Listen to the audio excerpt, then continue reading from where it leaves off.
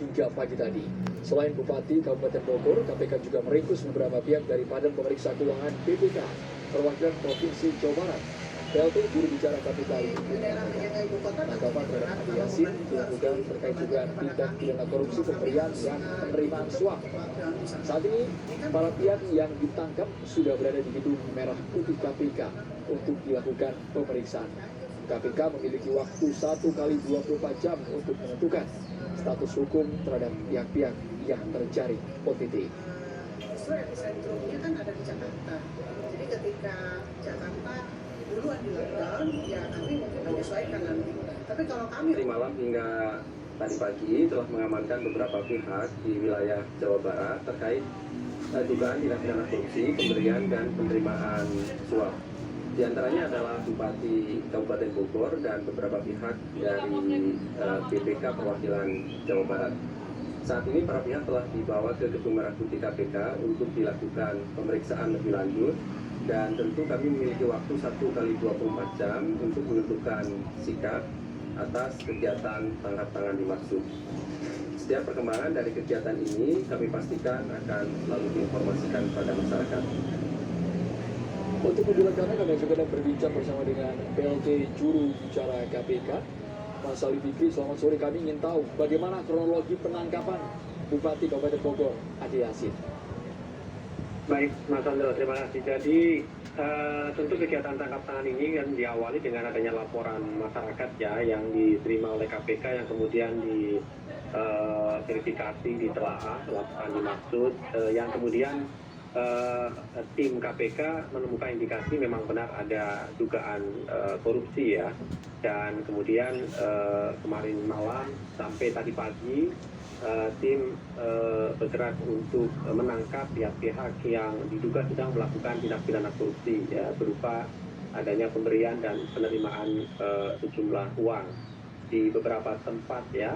Ada yang di Bandung dan juga di Cibinong ya, Kabupaten Bogor, begitu Mas Andro. Ya, ini kan dugaan OTT penerimaan suap. Suap terkait dengan proyek apa dan berapa besar nominalnya, Mas Ali Fikri?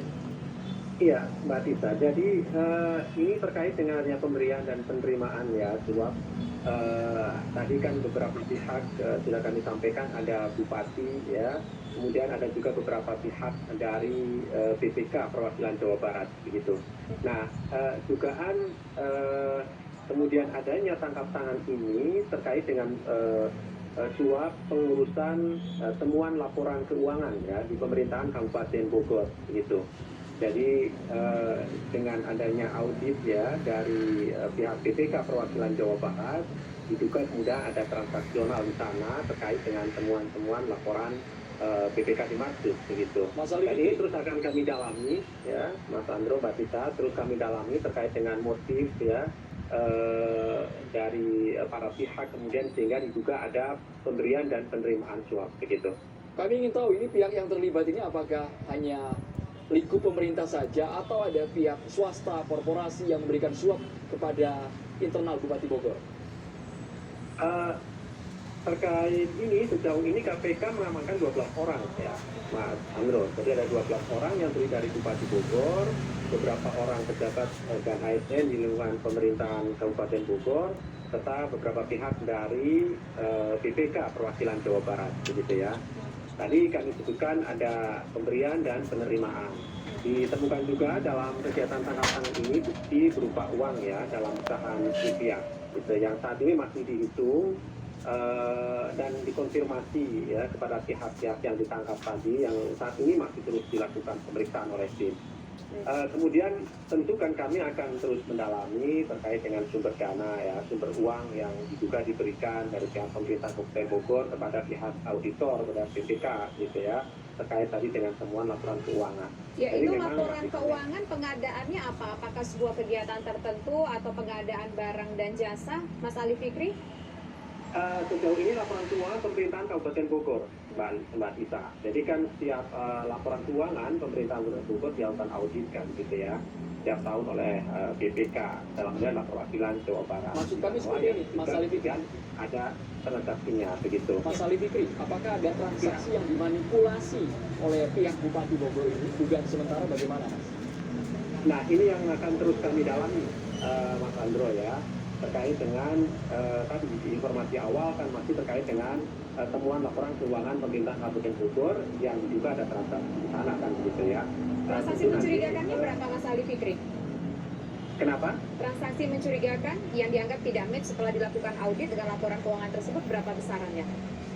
Iya, mengenai materi ini, Mbak Sisa, kami masih terus melakukan pendalaman ya, mengklarifikasi, mengkonfirmasi, ya, melakukan permintaan keterangan kepada pihak-pihak ini. Makanya kemudian kan tadi disampaikan ada beberapa pejabat di lingkungan pemerintahan ASN, pemerintahan Kabupaten Bogor ya, selain bupatinya begitu.